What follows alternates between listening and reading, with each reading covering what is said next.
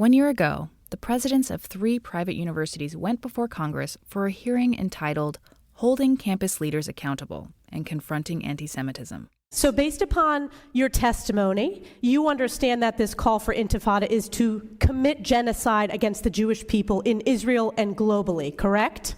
I will say again, that type of hateful speech is personally abhorrent to me. It did not go well. Do you believe that type of hateful speech is contrary to Harvard's code of conduct, or is it allowed at Harvard? It is at odds with the values of Harvard. Can you not say here that it is against the code of conduct at Harvard? In the span of 6 months, Claudine Gay went from being lauded as Harvard's first black president to being derided as a diversity hire by critics at the center of an anti-academia backlash. Eventually, she stepped down as president. Claudine Gay is now gone. We've exposed the DEI regime, and there's much more to come. Now, nearly 1 year later, the critics of universities have found empowerment through President-elect Trump's administration, even if they are Ivy League grads themselves. Elise Stefanik, Harvard class of 2006, brags about being part of the backlash. She was nominated by President-elect Trump to be the next American ambassador to the United Nations. Then there's incoming Vice President J.D. Vance. We have to honestly and aggressively attack the universities in this country. Boston Globe reporter Ilya Meritz was at Harvard last year when Claudine Gay and other university presidents were under fire. He's done previous reporting on Trump legal matters and the fraying of our democratic institutions, trying to make sense of it all. And now he's focusing on another institution under fire: American colleges and universities. Over the next 3 weeks, the Globe, in collaboration with WNYC's On the Media, will be presenting a 3-part miniseries on diversity, the role of higher education, and what's in store for universities as the incoming Trump-Vance administration promises to pressure them to change curricula. This is The Harvard Plan, Episode 1, A President on Trial. I'm Jasmine Aguilera, and this is The Globe.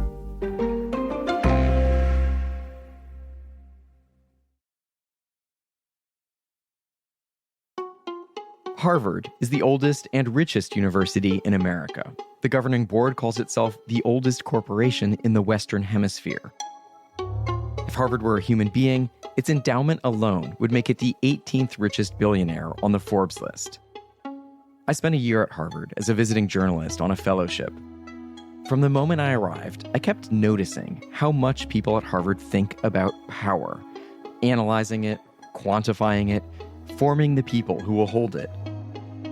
Just this past semester, the course catalog included more than 250 classes with the word leadership in their description. Leadership, as I eventually figured out, is Harvard speak for power. When I first got there in the fall of 2023, I'd go to the main library and roam the stacks, inhaling the scent of old books. And on my way back out, I'd pause at the top of the granite steps and look across the yard, crisscrossed by footpaths. Workers were hanging banners, building a stage for a big party. Harvard was about to inaugurate a new president. Nobody knew then that the aftermath of that celebration would be a spectacular torching of Harvard's reputation, that Harvard's own assumptions about how power works, its own blind spots, would be used against it by a bunch of Harvard grads.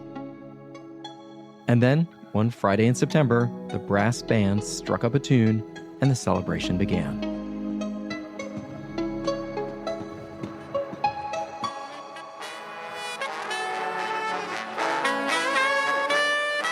I think no one expected that it's going to be so rainy. This is my friend Sonia Groisman. She's a journalist from Russia. She and I went to the inauguration together. We sat on folding chairs as it started to drizzle. And I remember us saying something like, "Oh, it's like at Harry Potter, remember?" It really did look like Hogwarts, with all these professors in colorful robes and mortarboard caps passing by. When Harvard's new president, Claudine Gay, swept past, I snapped a photo. I still have it on my phone.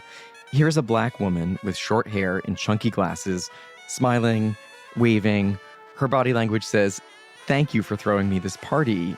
You really shouldn't have." If her inauguration had a one-word theme, it was finally. This community is thrilled by her historic appointment as Harvard's first Black leader and its only second women president. Gay's parents immigrated to the United States from Haiti. Many students felt that this moment called us to repair past harms. One speaker after another talked about this event as historic, as a kind of correction. Many look to our next president to guide us through this reckoning. We are lucky enough to have found that person in President Gay. As a scholar, Gay studied Black participation in politics. Later, she became an administrator, the dean of the Faculty of Arts and Sciences.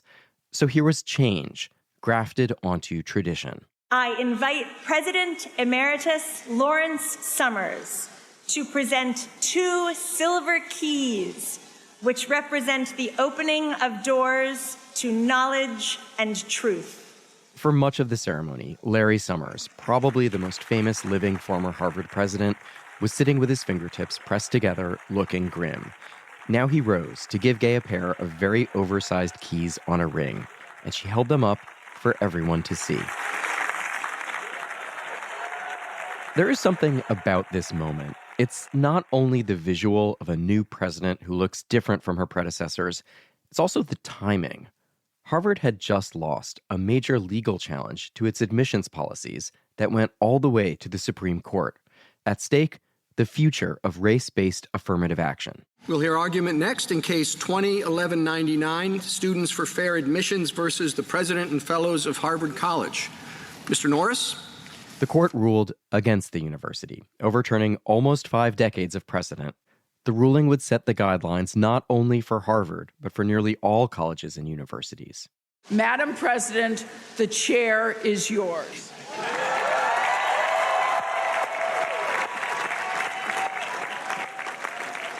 Thank you. And thank you for soldiering through the rain. The theme of Gay's inaugural speech was courage. The courage to ask why not? The courage to pose the questions that lead to research breakthroughs and great insights.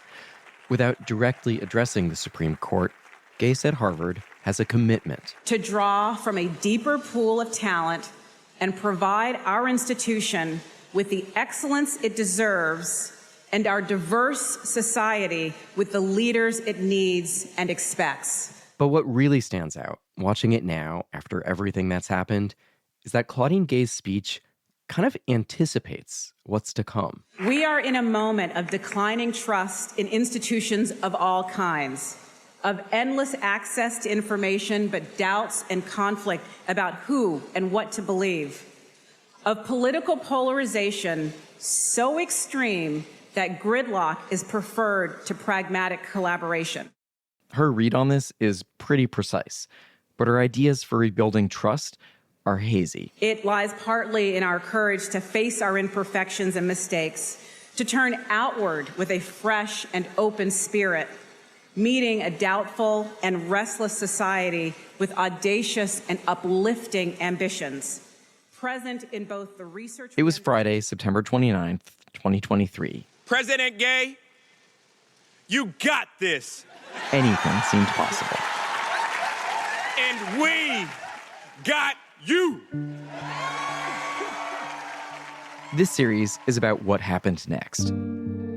About the very strange, very fast sequence of events that led to the premature end of Claudine Gay's presidency and a pretty major change of direction across American institutions, the same institutions Gay worried were losing public trust.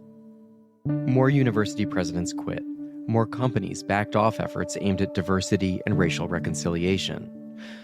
The thing that set it all off, a letter from a group hardly anyone had heard of about a war thousands of miles away. Imagine that you came from Mars and said, I'm trying to learn about you strange people on Earth. Harvard law professor Noah Feldman. And I know that on October 7th, Hamas attacked Israel. And I know that 3 months later, give or take, Claudine Gay resigned the presidency. And I know there's some connection, but what was it again? It would take a whole podcast or a whole book to try to explain it. And even then, the Martian would still say probably, gosh, you people, you're living in a very strange and complicated world. Most of the voices you're going to hear in this series come with advanced degrees, many of them Harvard degrees. These denizens of the success factory have much in common, but this crisis divides them. I was deeply saddened. I still am deeply saddened by it.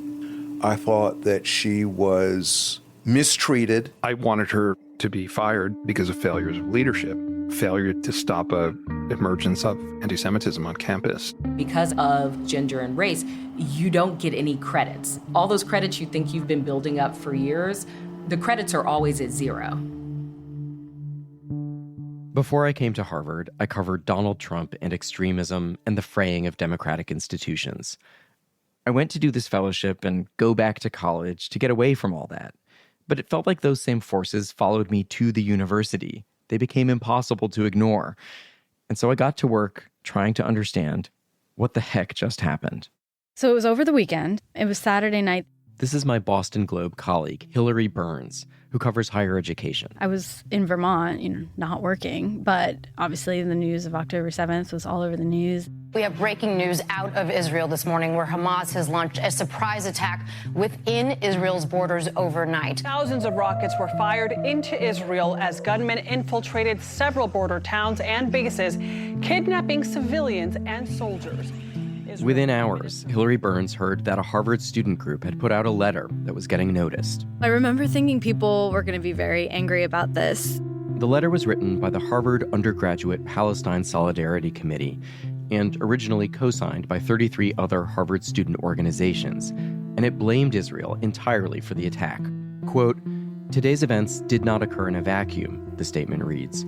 For the last 2 decades, millions of Palestinians in Gaza have been forced to live in an open-air prison. In the coming days, Palestinians will be forced to bear the full brunt of Israel's violence. The apartheid regime is the only one to blame. I knew that this issue in particular had been so divisive and contentious over the years before this. It caused a lot of rifts at Harvard in the past. By Monday, the letter had gone viral. Some people said it was anti-Semitic. I mean, there were members of Congress, Larry Summers, prominent alumni tweeting. It was making international headlines. Tonight, there is growing backlash to a letter signed by nearly 36 student groups at Harvard, which solely blamed Israel. Now executives in finance and tech want the students blacklisted. Several groups and individual students have already apologized, revoking their support of the letter. And at that point, Monday, during the work hours, Harvard administration had not yet put out a statement at all. Claudine Gay spent the previous night at Hillel, the Jewish student center on campus. The place was packed. Some students demanded that Harvard respond to the letter from the Undergraduate Palestine Solidarity Committee with some kind of official condemnation. Gay told them that in her view, statements don't bring healing. Showing up in person can. The next day, seeing no public statement, former Harvard president Larry Summers, the man who gave Gay the ceremonial keys to knowledge and truth, took to X to criticize the university for its silence. An official statement signed by Claudine Gay and the university's deans appeared later that day. Harvard leadership had in fact spent much of the weekend hashing out the wording. Summers responded on Bloomberg TV. In the same way that previous leaders flew the Ukrainian flag over Harvard Yard after Putin's invasion, I thought it was appropriate for there to be a strong Harvard statement condemning in the strongest possible terms Hamas terrorism. Harvard's statement on the Hamas attack actually came out faster than Harvard's earlier condemnations of Russia's invasion of Ukraine or the killing of George Floyd. But those letters showed passion, moral clarity. This was much more removed. Some saw it as anti-Israel for not mentioning the hostages, not using the word terrorism, and for drawing a kind of grammatical equivalence between Israel and Hamas. The following day, under pressure, Claudine Gay put out another statement aimed at diffusing the outrage.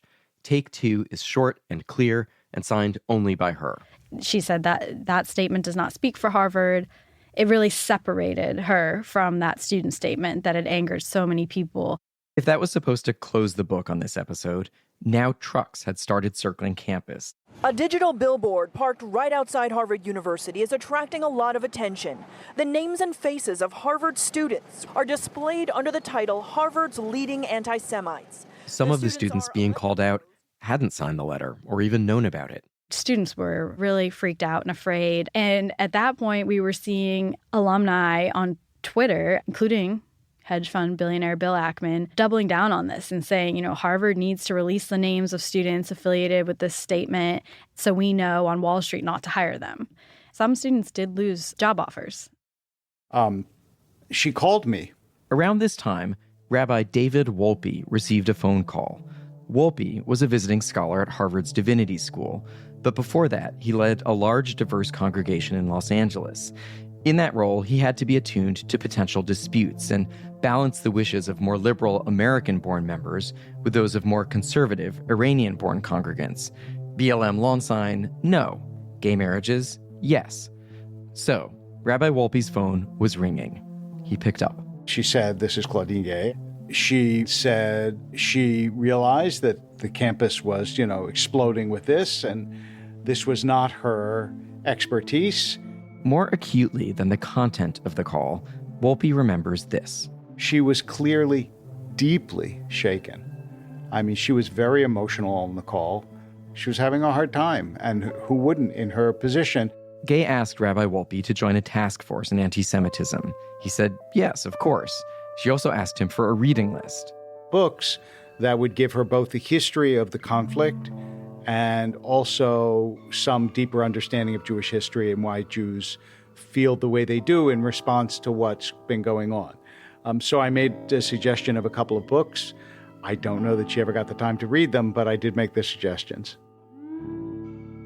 It's hard to imagine now, but that October and into November, it was still possible to kind of ignore the noise. I didn't really notice any protests. The students in my classes just wanted to get ahead. Still, things were happening. There were a couple incidents that were very high profile. The Globe's Hillary Burns. Including the one at the business school where there was a peaceful die-in where people were just lying on the ground holding signs calling for a ceasefire, and a student walked through the crowd, filming students, and some kind of altercation happened. In this video, which was posted online, a person who has been identified as an Israeli student is kind of mobbed by a big group of people holding up keffiyehs, shouting what sounds like, shame. We don't really know what to make of what happened. The prosecution of 2 pro-Palestinian graduate students who were charged with assault and battery and a civil rights violation is still playing out in the courts. For some Harvard alumni, this incident and others were a tipping point.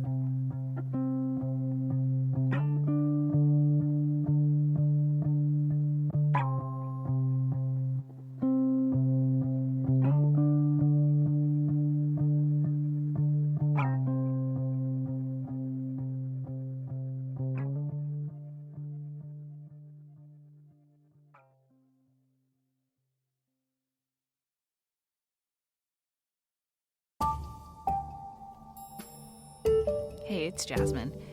And if you're enjoying this episode so far, please subscribe to this feed, where we will periodically drop new and exciting bits of audio journalism. Sit with us and experience the best of the Boston Globe in your ears. We will drop new and intriguing stuff when we have it, so click that subscribe button so you never miss a drop.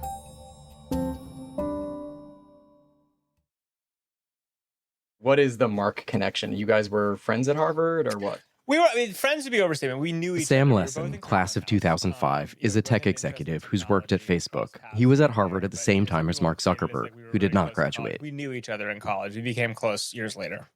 Lessin had been hearing murmurs about bad things happening at Harvard for a while, but he didn't buy it.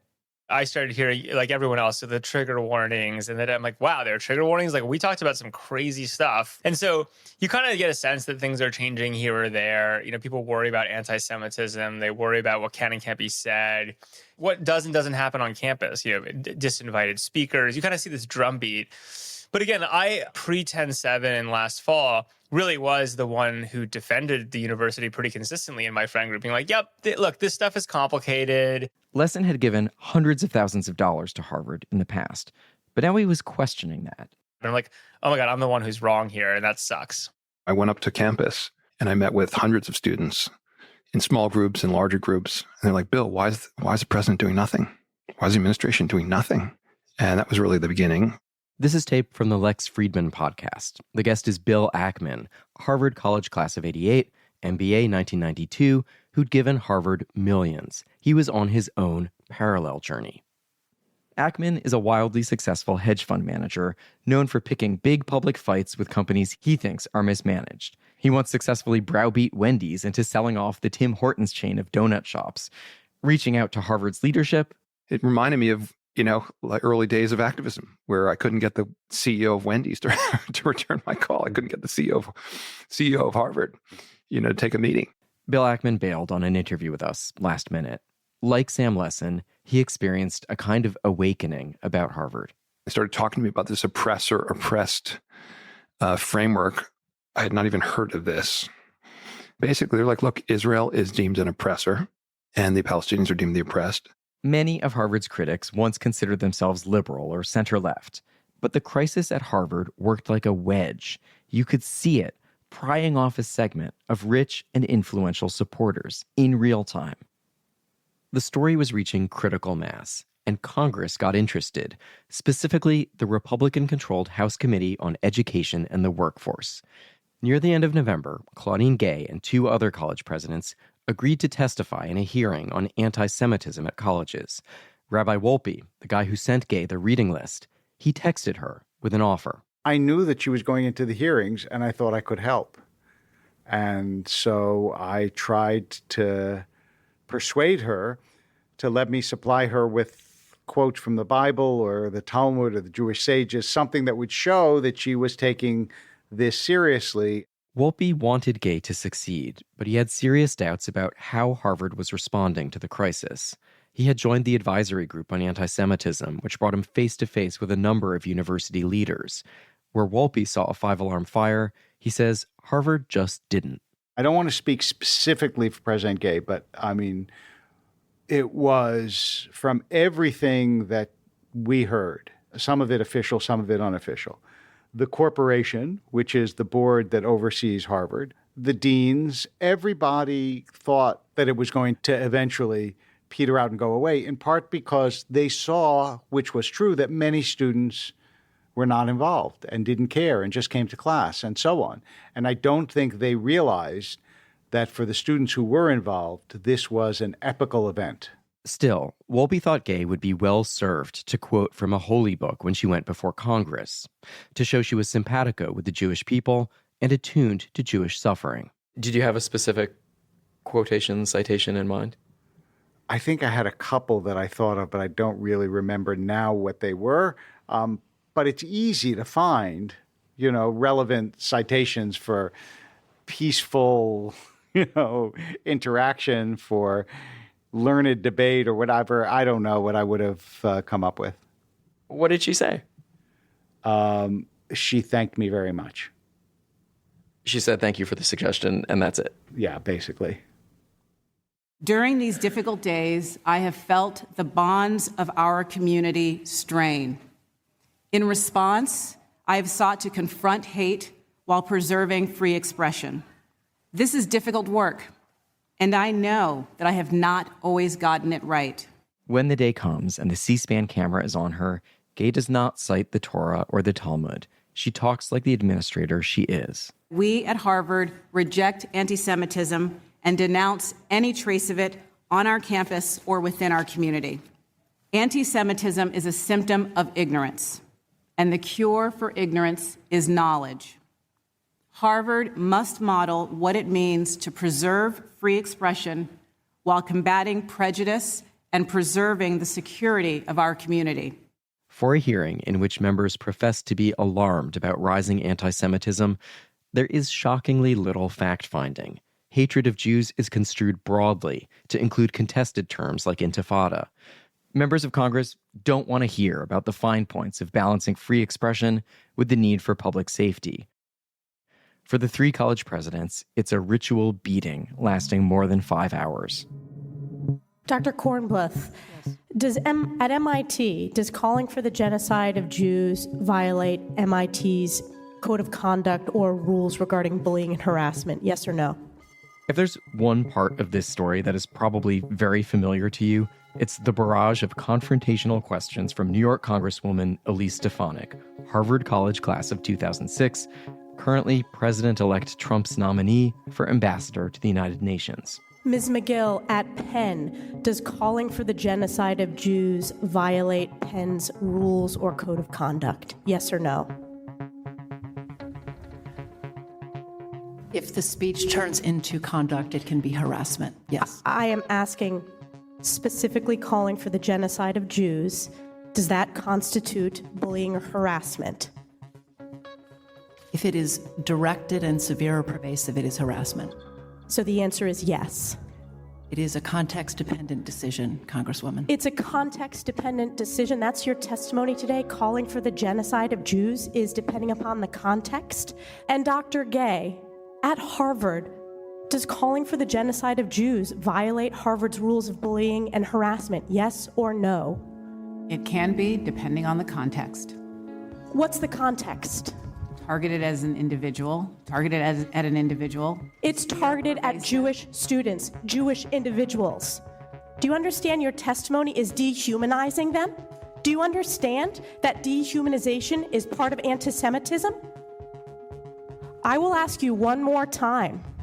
Does calling for the genocide of Jews violate Harvard's rules of bullying and harassment? Yes or no?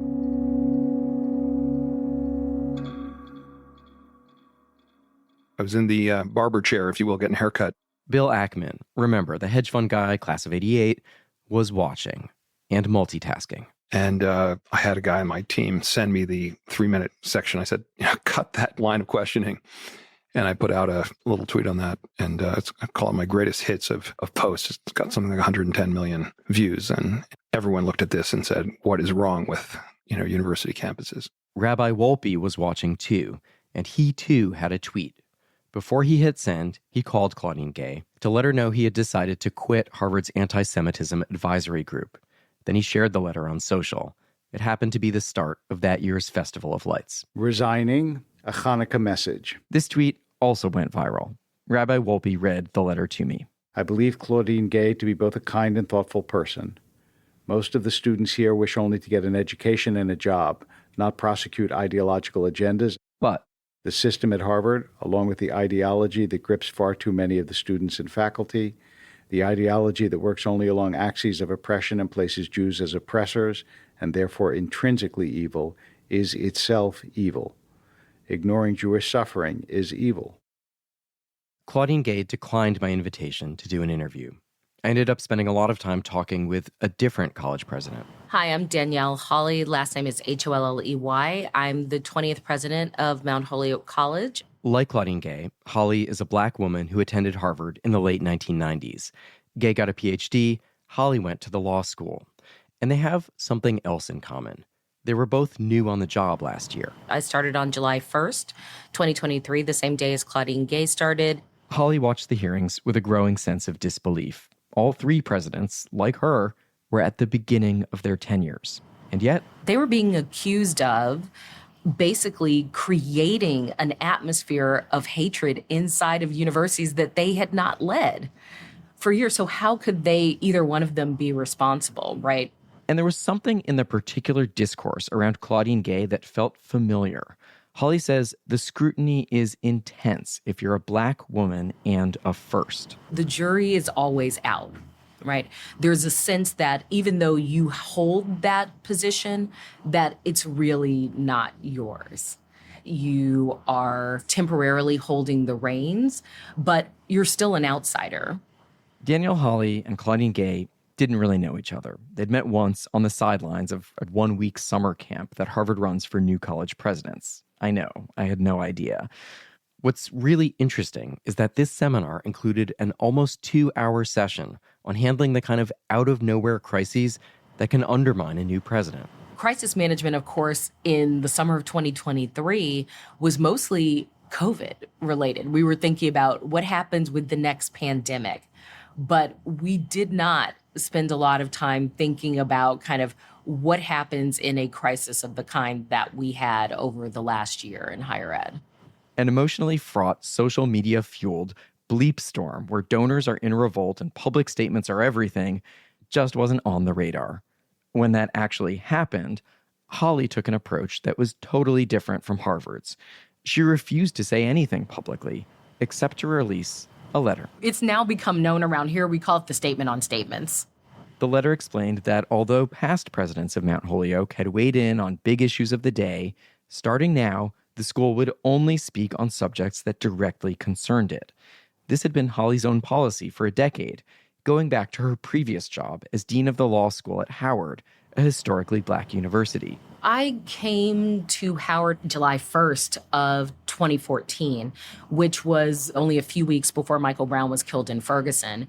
Immediately, people said, well, are you going to issue a statement on behalf of the law school about the killing of Michael Brown? I said, no, I'm not going to do that because my duty is to educate lawyers who will then turn around and make real transformation in the criminal law system. So I don't have time to write or do what I considered at the time to be performative statements. Like at Howard Law School, Holly's no statements rule at Mount Holyoke made some people angry. Students accused her of condoning genocide through her silence. There were complaints from alumni. If donors were not upset and didn't threaten to take money away, that would be a surprise. I think the question is, how do you react? What I learned from Danielle Holly is that when you're a new president, you don't get a lot of grace. The donors may not know you or trust you. It's a fragile time, and you need the board to show a united front with its chosen president. For Holly, it's like, bear with me here. We are going to manage this crisis in a certain way.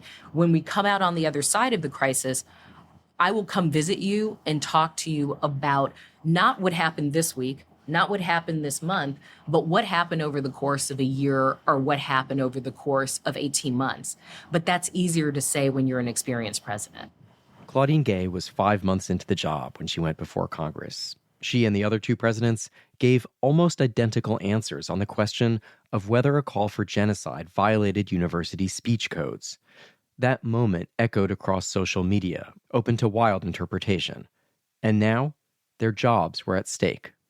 2 days after the hearing, the MIT board put out a letter of support full of praise for its president, Sally Kornbluth. She's still in the job today. At the University of Pennsylvania, it was clear that the board was done with President Liz Magill. She resigned. The world should know that Liz Magill is a very good person and a talented leader who was beloved by her team. She is not the slightest bit anti-Semitic. This is Scott Bach. He was chair of the board of trustees at UPenn. He resigned that position right after Liz Magill and made this letter public.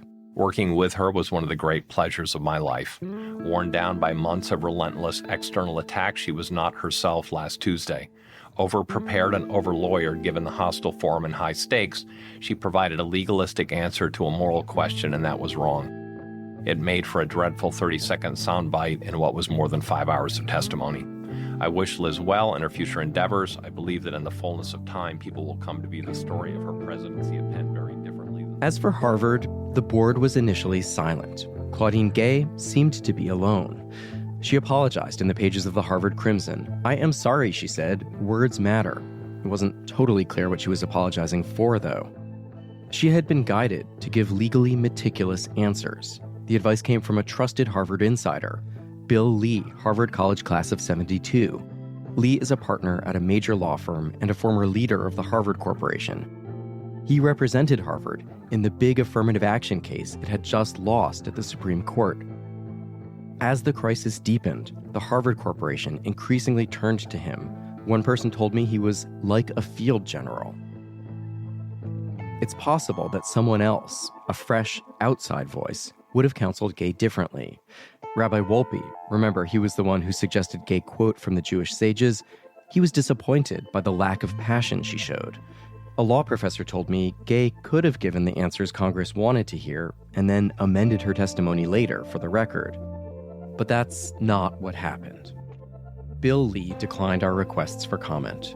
So did the current first fellow of the Harvard Corporation, Penny Pritzker, class of 1981, who led the group that hired Gay.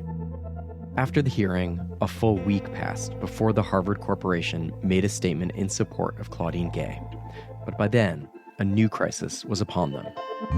I just think it is newsworthy that the president of the most famous university in the world plagiarized. The university says Claudine Gay has now asked that corrections be made to her 1997 dissertation because of what it called inadequate citations. Harvard is committed to DEI, and Claudine Gay's race protected her from losing her job. It's outrageous. That's next time.